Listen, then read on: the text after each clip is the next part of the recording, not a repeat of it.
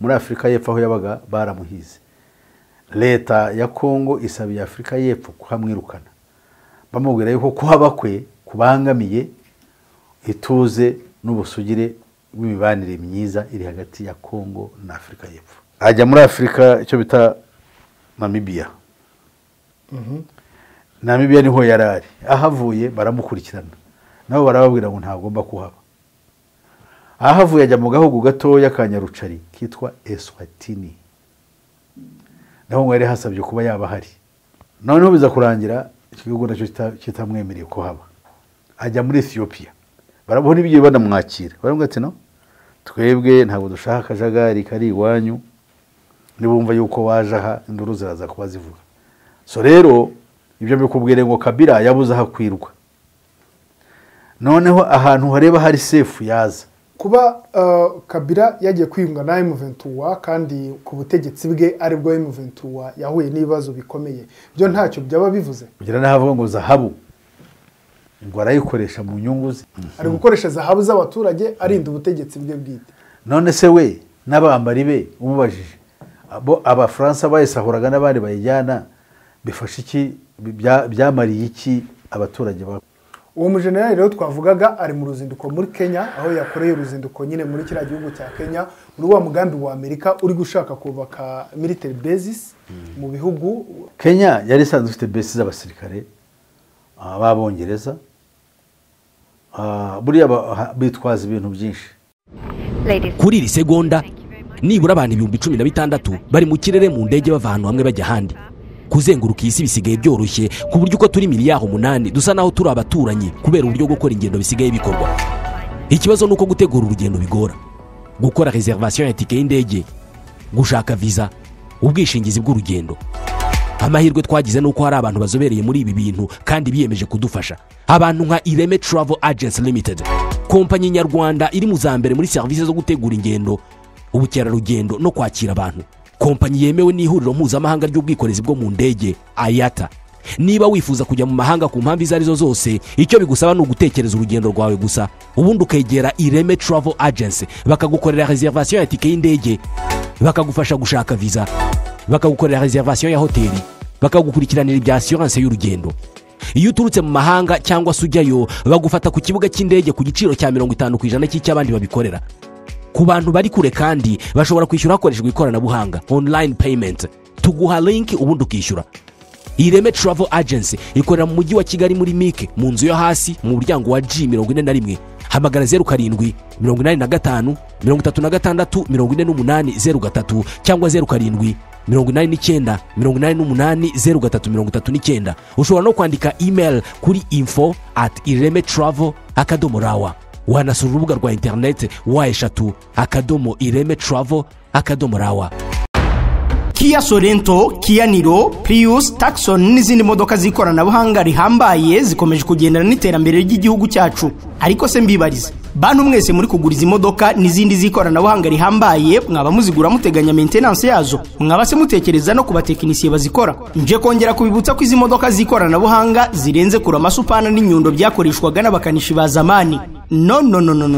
Gukora izi modoka zikoranabuhanga birigwa kandi bikeneye ubumenyi bwihariye kuko nibyo bizifasha kuramba. Muntu uri kugura imodoka y'ikoranabuhanga ukayikoresha muri ba rupigapiga, rekeraho kwiyangiriza no kwishyira mu bihombo. Reka nkurangira hari aba engineer babyize kandi babirambyemo nshingiye ku buhamya bw'abahagiye imbere yawe. Nta handi ni muri Auto Korea Maintenance Limited. Abo bumenyi buke bazakubwira ko bateri zazo zapfuye kandi zikeneye gusa upgrading. Bazakubwira ko moteri electrique cyangwa convertisseur zikeneye gusimbuzwa nyamara ari ugupapira. Tandukana nabo ugane Auto Korea Maintenance Limited. Ukigura imodoka ukabagana, aba bahanga bakugira inama y'uburyo ikorerwa maintenance bakanagufasha kuyikurikirana. Rindi imodoka yawe guhorana ibibazo bya buri gihe, uyirinde gusaza no gupfa imbura gihe uyijyana muri Auto Korea Maintenance Limited kuko niho hari abatekinisiye basuzuma bakakumenyera uburambe bw'ibyuma biyigize, ibikeneye gusimbuzwa, bakanita kuri systeme zose z'imodoka. Uretse ubuhanga bwihariye mu gusuzuma imodoka zikoranabuhanga rigezweho, banakugira inama ku mavuta n'amaproduit imodoka yawe ikoresha, bakayikorera programming ndetse keretse zigeze igihe cyo kwa upgradinga bateri zazo barabigukorera. Dukorera Igikondo hafi ya Kiliziya Gatolika ku muhanda wo kwa Mironko. Ku bindi bisobanuro mwaduhamagara cyangwa mukatwandikira kuri 0786 20 60 54. Auto Korea Maintenance Limited, igisubizo ku modoka z'ikoranabuhanga mu Rwanda.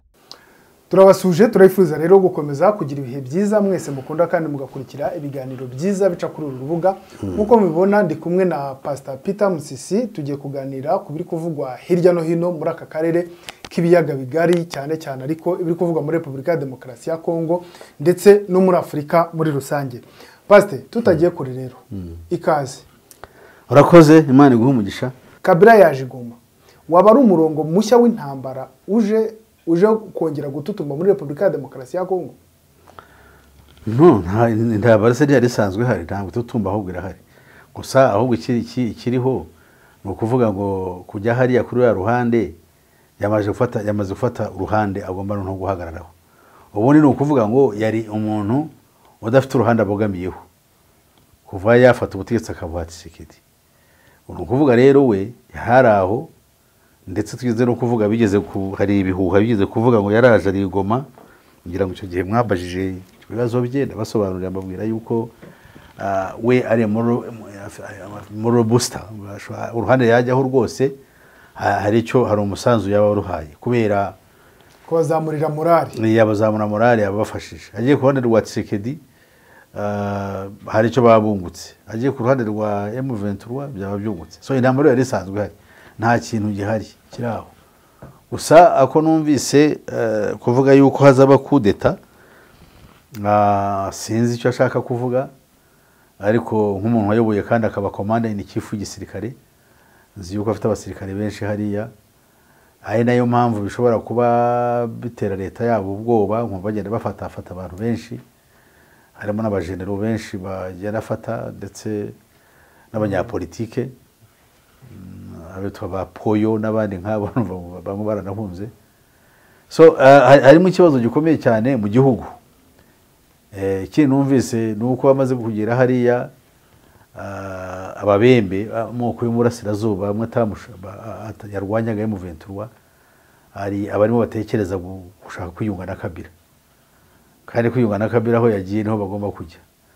So rero bavuga yuko ngo Tshisekedi ntacyo yabamariye, ngo ariko Kabila abajenero babo bafite bakomoka mu bwoko bw'ababembe ngo babahaye amapeti ngo ni Kabila. So urumva rero abantu bafite iyo mitekerereze nacyo ni ikindi kibazo ku ruhande rumwe, ariko ubwo nuko bimeze muri rusange. Nabasubije icyo baje kumbaza. Kuza igoma kwa Kabila, ndetse hari n'amakuru yagaragaye ko yasuye ikigo cy'imyitozo cya M23 Irumangabo. Hari andi mahitamo Kabila yari afite ku buryo yari gusubira muri Repubulika ya Demokarasi ya Kongo mbere yuko hava mu kwa 12 2023 akagaruka muri Repubulika ya Demokarasi ya Kongo ku mahoro? Ntabwo yajya gukunda, kuko amakuru mfite wenda sinzi namwe nabo muyafite, nibwira yuko ari ay'ukuri, nuko muri Afurika y'Epfo aho yabaga baramuhize.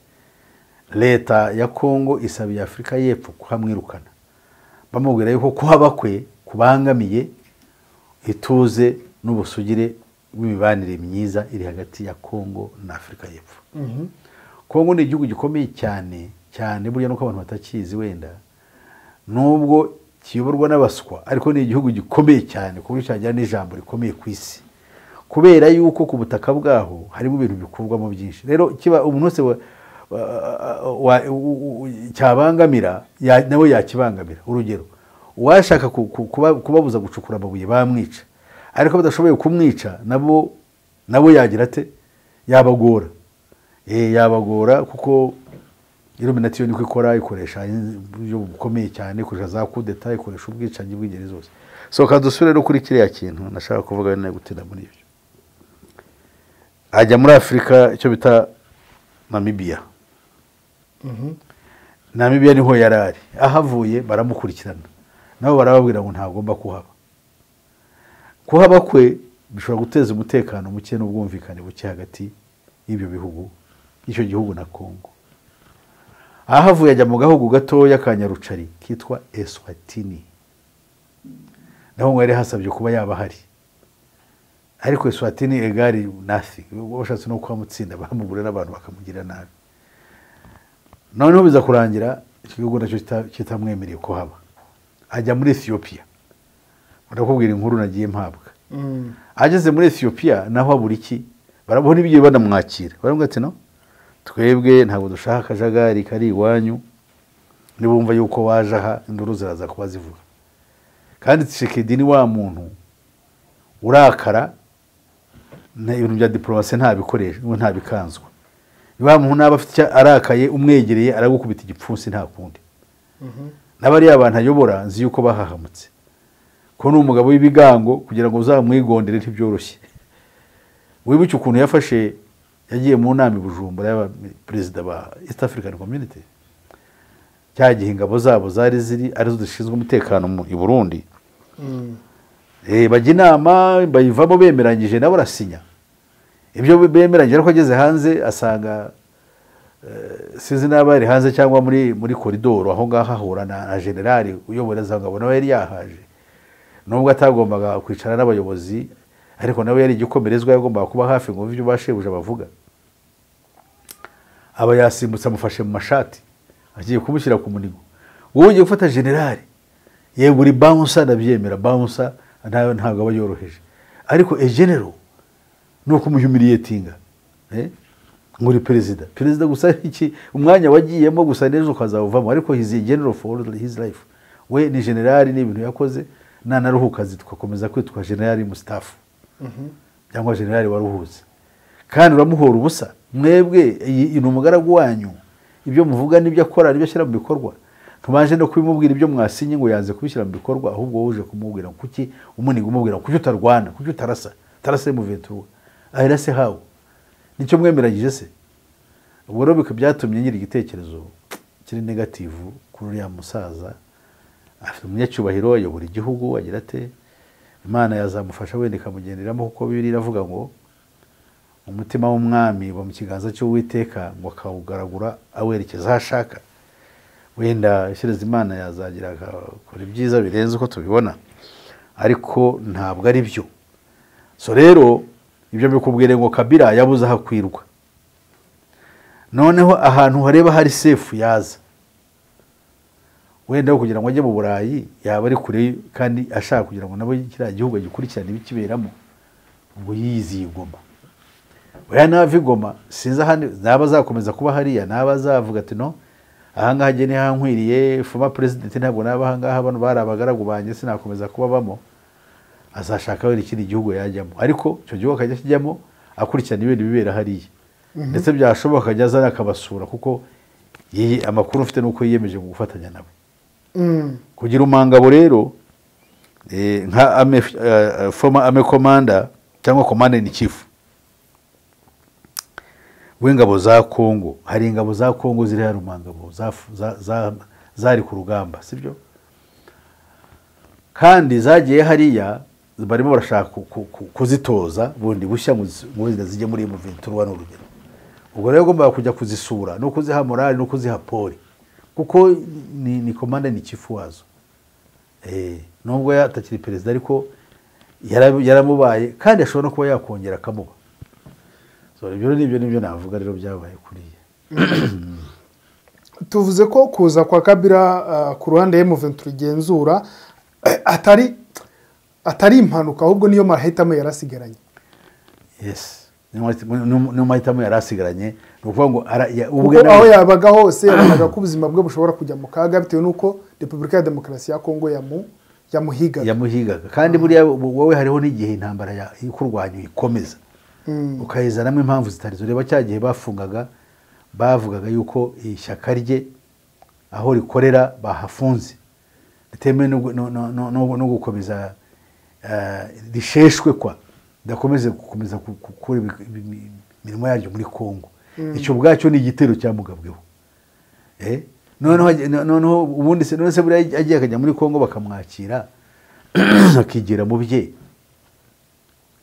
Niba bemera demokarasi nko babeshya bagenda bazivuga, bakamwihora agasura, wenda bakamuhamagara mu cyubahiro cye, bose bakamugaya mu bundi buryo, ariko batagiye kumutesha umutwe no kugabaho ibitero bimeze kuriya.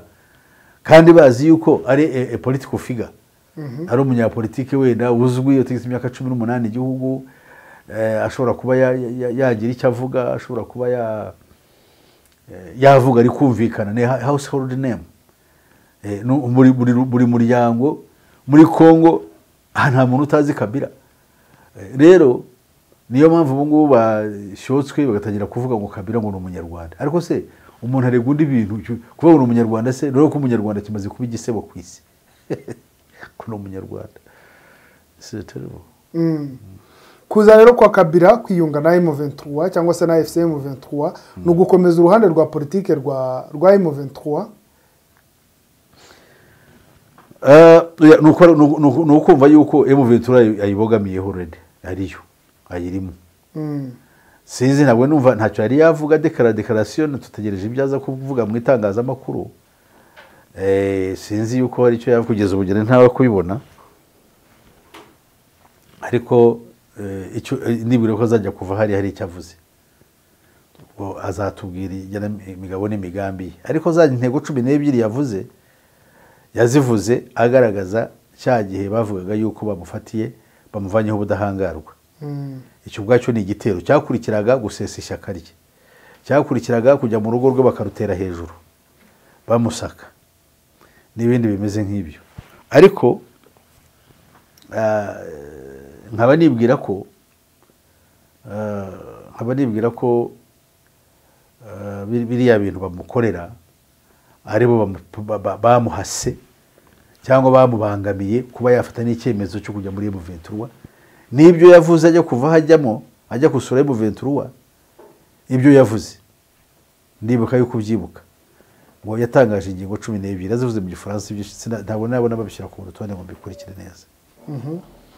Ariko ibyo yavuze ni hari ibyo bivuze ngo hariho kudeta izaba muri Congo. Ubwo rero mu byo yavuze byinshi kwari ukunenga imikorere ya Tshisekedi. Nanjye nkubwiye yuko rugendo umuntu w'umuturage wo uciriritse, ariko hari ibyo nenga nk'ibyo nabonye yakoze i Bujumbura ntabwo byanyubatse, kandi ntabwo ari ibintu wenda byamugwiririye mbura nka bw'ubuzima bwe, bikaba atari byiza ku muyobozi kandi ushaka amahoro, cyane cyane yuko yasinye ibintu nazira nariya mushyikirano bagira kandi atabirimo nk'ubu ngubu uruva yuko ategura intambara, intwara arazana n'ibindi byinshi cyane. Abamasineri b'Ababiligi n'abakingo baraje, numva rero abandi bagomba kuvana muri Amerika y'Epfo nabo ngo bamwe umujyi, ariko ntibari baza. Ari n'uwambwiye ngo ntibazaza, sinzi ngo bigira. Kuba Kabila yagiye kwiyunga na M23 kandi ku butegetsi bwe aribwo M23 yahuye n'ibibazo bikomeye, byo ntacyo byaba bivuze.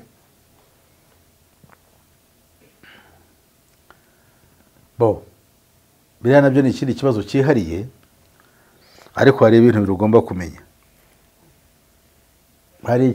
Hari inyungu n'igihombo.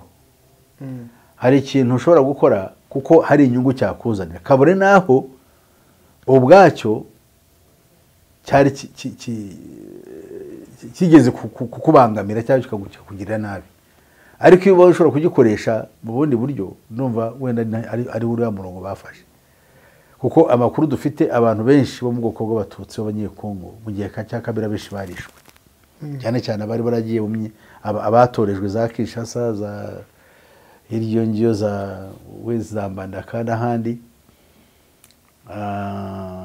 za Kitona, bavuyeyo bamwe barahagwa bishwe n'Abatanzania. Niyo makuru bafite abantu bagenda bavuga, Abatanzania bigishaga bakabagambanira, hanyuma hakaza bamwe bagiye no mu units bamaze kujya mu gisirikare bakajya bagenda babica buhoro buhoro. Abacitse ku icumu baje gutoroka nibo bari abankunda bagiye bavamo n'abandi bajya gushinga none umutwe w'intambara, ibintu nk'ibyo ngibyo. So rero ibyo bintu Kabila ukabigize mu ruhare, ni nawe wagabye igitero kirukanye M23 bwa mbere irahava.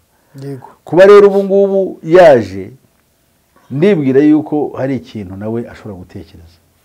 Aharaho mbere sishaka kumuvugira kuko sindi muri we, hari ukuntu yabonaga ibintu, ubu akaba bibona ukundi. Ibyo birashoboka ku muntu, imyaka amaze avuye ku butegetsi kuva muri 2009 avuye ku butegetsi Kabila 2010 na kangahe 2018 ya rero ibyo bintu kuva ahavuye hashize igihe kindi hari ibyo yabonye hari ibyo yibwiye hari ibyo yahoze yibeshyamo atazi ibyo ari byo none rero akaba bibonye kuko byo birashoboka uyu ngafata icyemezo ajye mu bantu yarahemukiye buriya yabitekerejeho nawe cyane kandi buriya afite ukuntu yavuganaga nabo ashobora no kuba yarabasabye imbabazi ati murabona yuko ikibazo mufite nanjye nicyo mfite kandi wa mugani ibyo mwarwaniraga nanjye ubu ndabimenye mumbabarire ibyo mba narakoze nanjye hari ibyo nibwiraga cyane cyane yuko nawe ubwo yari umushyitsi muri Kongo ntabwo ariho yarabyirukiye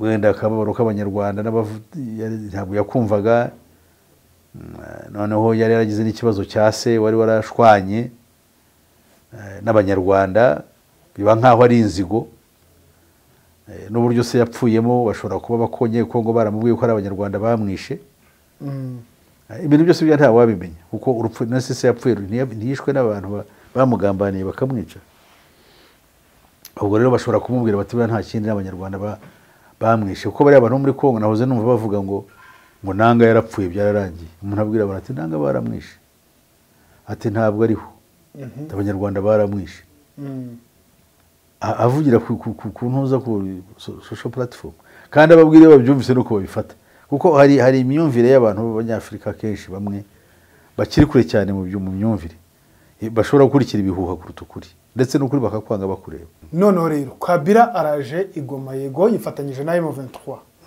niki kibiri buze guhindura ku masezerano y'amahoro yararihirwa hagati ya Repubulika ya Demokarasi ya Kongo ndetse na leta y'u Rwanda ese kuza kwa Kabila muri M23 ntabwo bigiye gukomeza noneho wa mwuka w'intambara cya kibazo twahereyeho ntabwo intambara igiye kurushaho kwiyongera aho gutanga igisubizo kirambye cy'amahoro mu burasirazuba bwa Repubulika ya Demokarasi ya Kongo cyangwa se muri Kongo yose muri rusange yewe nibwira ko ari amasezerano ni porogaramu y'ibinyoma yateguwe n'abandi bantu bari inyuma y'ibibira bibera muri Kongo no mu isi yose muri rusange kubera ko leta ya Amerika yafashe ibintu bibiri uzabyitegereza bishekeje cyane yakoze imishyikirano yo mu buryo bubiri hari imishyikirano yateguwe nabo ireba Amerika ireba Kongo na M23 ibiri i Qatar noneho barangije bakora indi porogaramu ngo y'imishyikirano y'amasezerano agomba kuba hagati y'u Rwanda na Kongo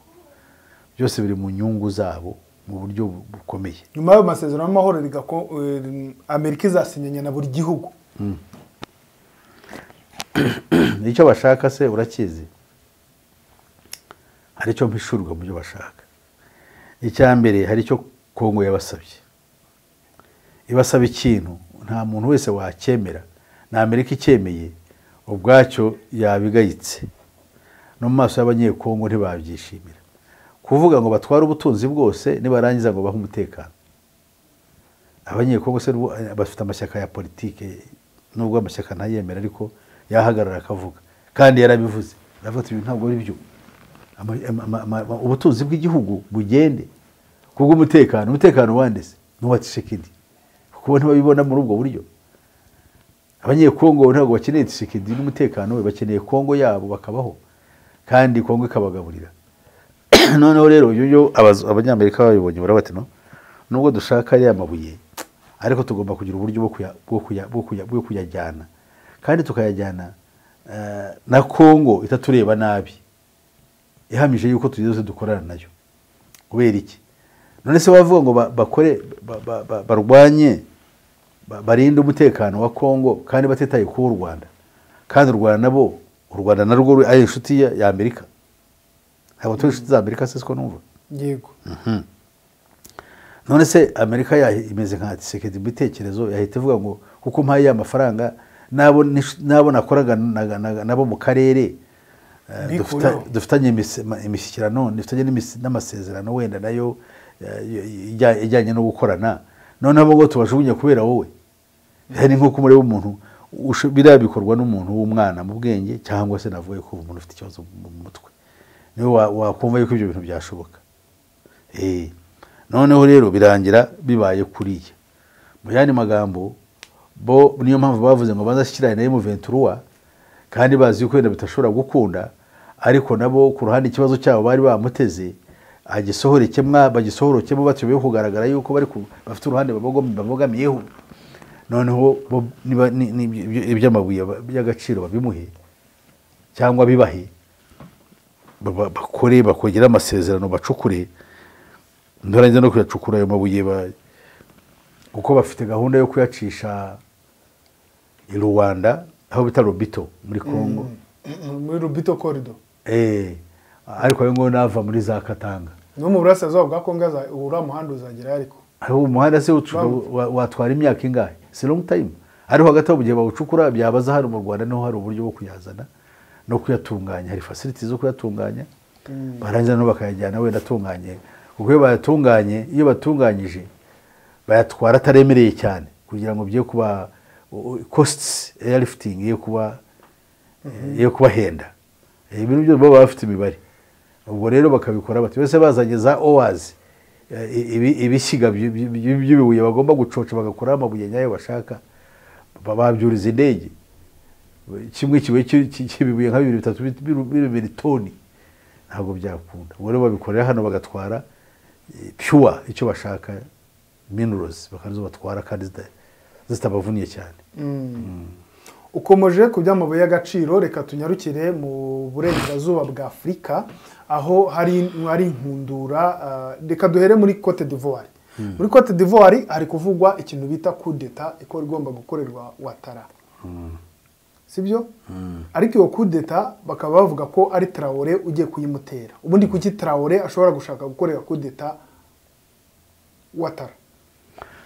Bariya ababivuga bapfa kubivuga gusa, ariko abantu bavuga ibintu bitashoboka ugasanga barafutana nk'ibintu by'ibikino. Nose Traoré yashobora kuvanaho Ouattara bantekereze. Ivory Coast ni igihugu gikomeye, ni igihugu gifite ubutunzi kandi ni igihugu cy'abakoroni bakoronije bakirimo bagihaye bafite n'inzego zikirinda. Biriya byo nabonye batangaza byari byantangaje, nanjye ariko nasanze kumva ko ari fake news. Ikintu cyantangaje nuko Ouattara bavuga ngo yareguye, kandi Ouattara ni umufrancophone avuga Igifaransa, barangije bamugaragaza avuga Icyongereza. Ibyo rero nibyo mpamvu mpfana bino bintu byanyone AI ni ibintu bimeze nk'ibyo basazi. Haro nibyo kugira ngo abantu bajye baburuje wumva ikintu cyaba ari icyukuri cyangwa kitari icyukuri cyihurire, kuko nta gisubizo cyacyo kiri hejuru y'usobanuro byawe. Ariko njye nategereje nabanje kujya gutega za BBC ngo numve ko babivuga za bya coup d'etat sinabyumva. Ndavuga rero bino bintu kandi se byashoboka biteye uko byaba BBC ntibibuke. Ubwo rero niyo ko ntakigenda ari ibinyoma. Hanyuma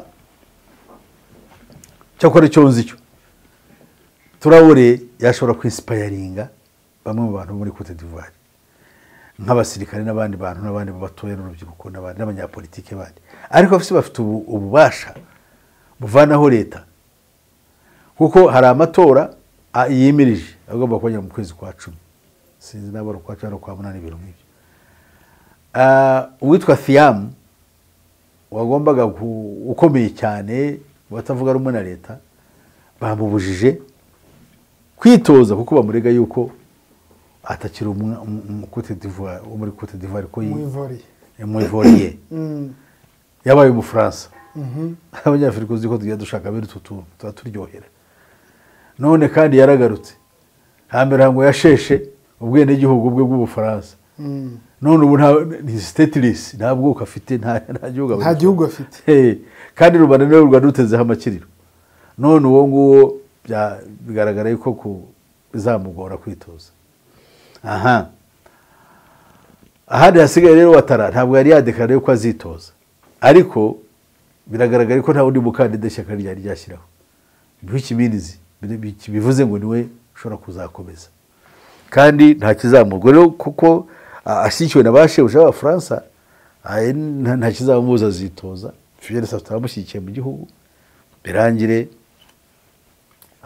uyoboye igihugu akomeze kugira akomeza ayoborere bariya abantu. Ubwo rero n'ikintu numvise wenda navugira rimwe kikava imuhira rimwe nuko Amerika ishaka kubaka hariya base ya gisirikare ikomeye cyane igomba urumva hariya mu West Africa cyangwa icyo bita Gulf of Guinea hariya hose ndetse harimo n'ibice bya Sahel Amerika igomba kubikontrolinga ifite igisirikare cyabo kiri hariya kubigenzura kwa ifite igisirikare cy'imbaraga kiri hariya aho ishobora kuba bibaye ngombwa cyajya ku rugamba kigahangana n'ingabo z'Abarusiya ziri mu butayu hariya bwa Sahel muri Sahel. Birahurira he nuko hari umugambi umaze iminsi uvugwa kwica Traoré, Kapitani Ibrahim Traoré bashinja Amerika kugiramo uruhare. Twabonye ndetse n'umujenerali muri Amerika abivuga. Traoré nawe araza aramusubiza ubwo Traoré yari no mu Burusiya aravuga ngo ababajwe nuko biriya bintu bivuzwe n'umwirabura. Kuba yari umwirabura akavuga Traoré kuriya ntabwo akiri umwirabura na Afrika ntayizi we noneho kubisoro kuba ari umuniguro bari abo muri Amerika niyazi ntazi n'umuco wabo ntazi niki ariko ibyo umuntu wenda atitaye no kuri ibyo yahana agaciro inyungu Traoré ahagarariye akavuga ati ya muntu ni umusore ahubwo twakabaye tumwishimira ahubwo aramufata nk'umwanzi kugira naho avuga ngo zahabu ngo arayikoresha mu nyungu ze ngo arayikoresha zahabu mu nyungu ze bwite ari kurinda ubutegetsi bwe ari gukoresha zahabu z'abaturage arinda ubutegetsi bwe bwite. None se we n'abambari be umubajije Abafaransa bayisahuraga n'abandi bayijyana bifasha iki byamariye iki abaturage ba Cote d'Ivoire ba Burkina Faso wenda kane kumuburanira data ibyo agenda avuga yuko ari ibintu bigenda akora yishyuye imyenda arakora ibintu by'iterambere kambaze bariya bamurwanya icyo mu myaka y'ubwigenge bwa kuva mu 1960 ikira gihugu cyigenga hashize imyaka igera kuri 75 cyangwa se 45 imyaka 45 cyangwa se 55 ibayeho imariye iki 56 cyangwa 65 sorry 65 kiriya gihugu cyigenze cya Burkina Faso ni ikibungutse kuko Traoré ntabara imyaka agera mu 3 cyangwa 2 ni ikibungutse muri yo zahabu ko yacukuye kuva kera babakoreye iki so ntacyo numva gihari no kubeshya. Uwo mujenerali rero twavugaga ari mu ruzinduko muri Kenya aho yakoreye uruzinduko nyine muri kiriya gihugu cya Kenya muri wa mugambi wa Amerika uri gushaka kubaka military bases mu bihugu mu turere twa Afrika twaduhereye mu karere ka Afrika k'uburengerazuba none baje no muri East Africa kaho naho bagomba kwashyira base militaire ya leta zunze ubumwe za Amerika. Ibi bishatse kuvuga iki kuri Kenya bishatse kuvuga iki kuri politike ya Kenya? Kenya yari isanzwe ifite base z'abasirikare b'Abongereza buriya bitwaza ibintu byinshi kubera intambara irimo itutumba cyane cyane mu kigobe cya Persi no mu nyanja itukura baza bitwaje ibyo kugira ngo Kenya ibahe base bashobore gukontorora umutekano muri kariya gace no muri iriya nyanja ndetse no mu gihugu cya Somalia bavuga ko kirimo ibyihebe kandi ibyo byihebe ari ibyabo kugira ngo rero uko binjira ahantu badahavogere bashobora kuza ndibira yuko ari ryo bihishe inyuma kugira ngo bakere ya base ariko iriya base bubaka nta nubwo iriho ku bwabo kuri bariya aho nyine twavugaga ho mu kigobe cya Persi mu nyanja itukura se oya ahubwo ni n'akarere kacu ka East Africa ngo kuba karimo kugira ngo bakontorore Afrika bahereye burengerazuba kugera iburasirazuba niba shaka ikintu cyose tuvuge muri kano karere k'u Rwanda ruherereyemo na Kongo yari ifite abasirikare babo bavana hariya n'ibikoresho bizana bifashishije indege so rero nkaba nibwira yuko ari cyo barimo ntacyo kigamije gukora cyiza cyo kungura abantu. Pastor kangushimire urakoze Imana iguhe umugisha cyane kangushimire shimire rero n'abari badukurikiye ibiganiro kuri urubuga nakagaruka ciao merci. Mu ivuriro Everlife nahivurije umwijima mpivuriza n'iby'amabanga y'abashakanye bankoraho riraka n'abahanga pe. Nyuma yo kugira ikibazo cy'imisemburo mike bandangiye ivuriro Eva Life ndarigana baramfasha icyo kibazo kirakemuka nyuma naje kujyana n'umubyeyi wanjye afite ikibazo cya hypertension ubu ngubu ni muzima nashishikariza abantu bafite ibibazo by'imisemburo bigatuma batabyara bigatuma imihango yabo itaza neza nk'uko bikwiye kuba mwagana ivuriro Eva Life bakabafasha murakoze cyane. Ivuriro Eva Life rikorera Nyabugogo rimaze kuba ubukombe mu Rwanda no hanze yarwo mu kuvura indwara bakoresheje imiti y'ibimera kandi itunganyijwe neza mu buryo bw'ibinini, poudre cyangwa liquide. Hari abadogiteri batandukanye bagufasha kandi cyiza nuko aho waba uherereye hose ku isi imiti yakugeraho cyane ko bakorana na DHL. Mu ndwara bavura twavugamo nk'iz'imyororokere zose, kurangiza vuba no kubura ubushake, indwara zifata abadamu zose, igwingira ry'igitsina, indwara nk'umwijima, diabete, amara, igifu, asima. Abifuza kuva ku biyobyabwenge nabo barabafasha. Ku bindi bisobanuro wahamagara cyangwa ukandikira muganga. Eva Life, icyizere cy'ubuzima.